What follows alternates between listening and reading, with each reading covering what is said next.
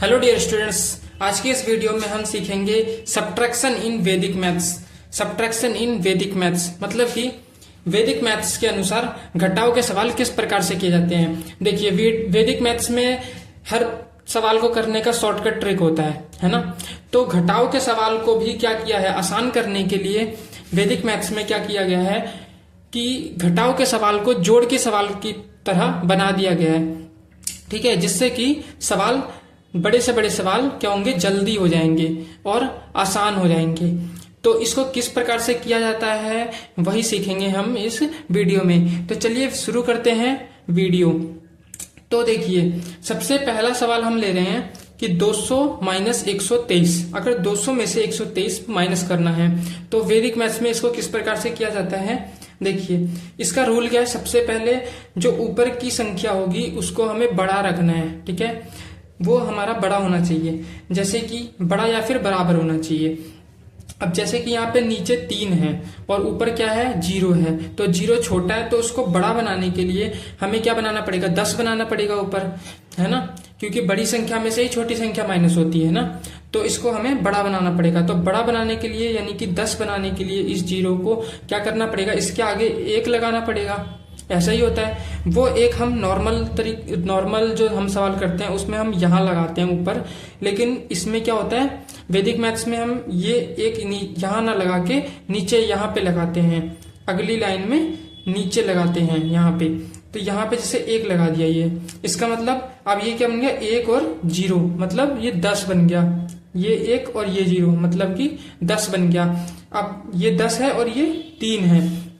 तो अब हम इसे कैसे करेंगे कि 3 में हमें कितना जोड़ें, 3 में हम कितना जोड़ें कि 10 बन जाए, हमें ये देखना है। इसमें 3 में कितना जोड़ें कि 10 बन जाए, क्योंकि हमें जोड़ की तरह करना है इसको।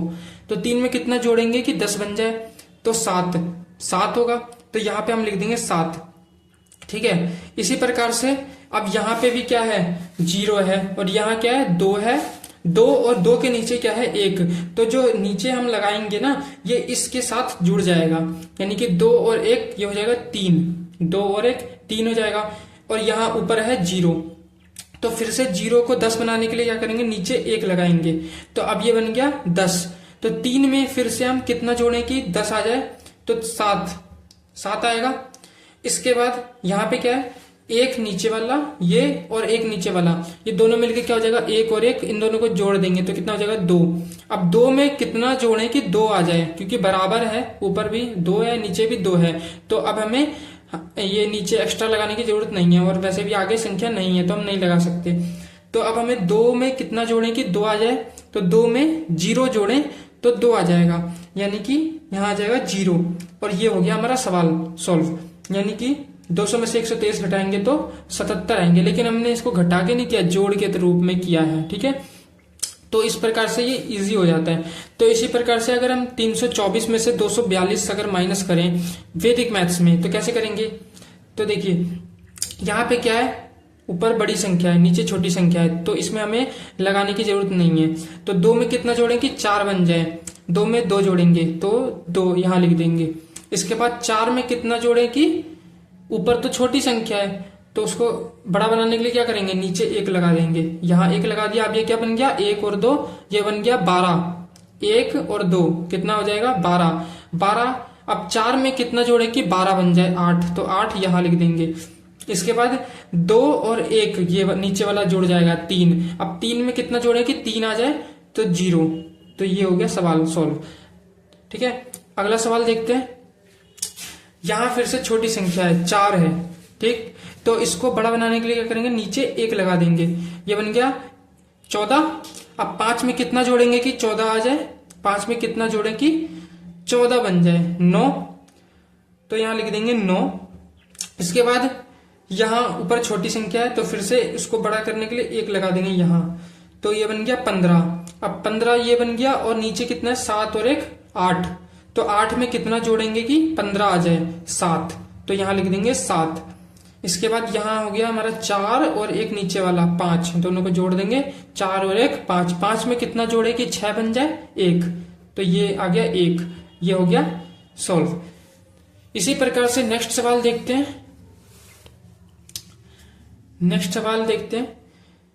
यहाँ है 5, नीचे है 7, तो उसको बड़ा करेंगे। बड़ा करने के लिए नीचे 1 लगा देंगे, तो 7 में कितना जोड़े कि 15 आ जाए। ये बन गया 15, 1 और 5 15 बन गया। तो 7 में कितना जोड़े कि 15 आ जाए, 8, तो नीचे लिख देंगे 8। अब ये फिर से नीचे छोटा है, उसको 3 को 13 बनाने के लिए नीचे 1 लगा दिया हमने। ये बन गया 13 और नीचे बच गया 6 और 1 7। अब 7 में कितना जोड़े कि 13 आ जाए। 7 में कितना जोड़ेंगे कि 13 आएगा,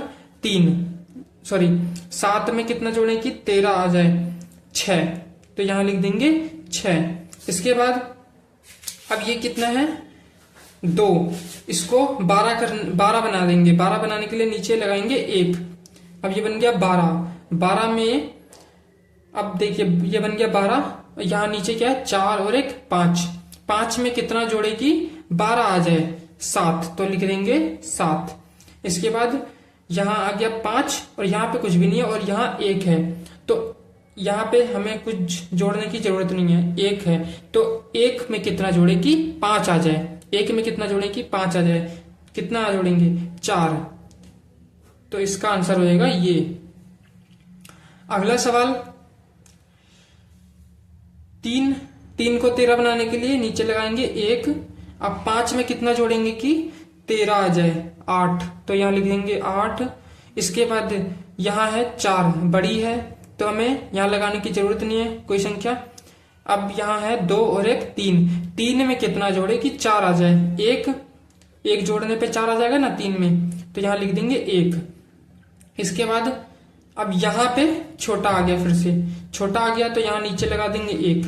अब 3 में कितना जोड़े कि 12 आ जाए, 9, तो यहां लिख दिया हमने 9। ये हो गया हमारा 2 और 1 3। 2 में 1 जोड़ देंगे 3। 3 में कितना जोड़े कि 7 आ जाए, 4, तो यहां लिखेंगे 4 और ये हो गया सॉल्व। अब लास्ट सवाल देखते हैं। यहां पे देखिए क्या है 2 है। 2 में कितना जोड़ेंगे कि 9 आ जाए, 7, लिखेंगे 7। अब यहाँ पे क्या है 0 0 है, दोनों बराबर है, तो हमें कुछ लिखने की आगे लगाने की जरूरत ही नहीं है। 0 में कितना जोड़ेंगे कि 0 आ जाए, तो 0।